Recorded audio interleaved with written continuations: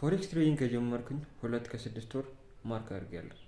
በእነዚህ 2 ከ6 ወራቶች ውስጥ የተማርኩት ነገር ኮንሲስተንሲ፣ ዲሲፕሊን ኤንድ ፔሽንስ።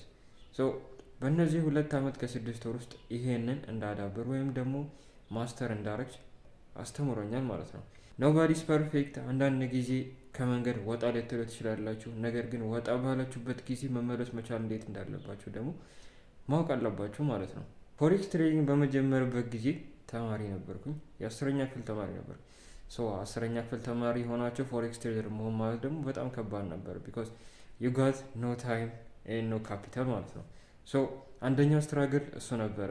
ነገር ግን እስከ 11 ተምሬ 11 ከጨረስኩኝ በኋላ ፉል ታይም ትሬደር ለመሆን ወስኜ ወደ ትሬዲንግ እንደ ፉል ታይም ትሬደር ገባኝ ማለት ነው። ከዛም በኋላ 1 ዓመት ፎከስ በማድረግ ከብዙ ልፋት በኋላ ፈንደድ ትሬደር ሊሆን ችያለሁ። ፈርስትሊ አይ ጋት ፈንደድ ዊዝ ኢኩዊቲ ኤጅ። ከዛም በኋላ ፔይአውት ሪኩዌስት በማድረግበት ታይም ላይ ባን ተደረግኩኝ። ምክንያቱም መልቲፕል ኢሜል ሎጊን ስላረግ ተብዬ ማለት ነው እንደ ሴም ዲቫይስ እና ግን ከዛ ባንክ ከደረግኩኝ የ1 ሳምንት ከምናምን ቀናቶች በኋላ ደግሞ ኖስትሮ ማርኬት ላይ ፈንደድ ትሬደር ሊሆን ችያለሁ ማለት ነው። ከዚህ በኋላ ያለው ይሄኛውን ፈንደድ አካውንት ስኬል ማድረግ እና ኮንሲስተንት የሆነ ፔይአውት መቀበል ነው ማለት ነው። እስካሁን በዚህ ጆርኒ ከኔ ጎን ለነበራችሁ ትልቅ ምስጋና ለማቅረብ ፈልጋለሁ እና ደግሞ ወደፊት በብዙ አሪፍ ነገር እንገናኛለን። ወጎን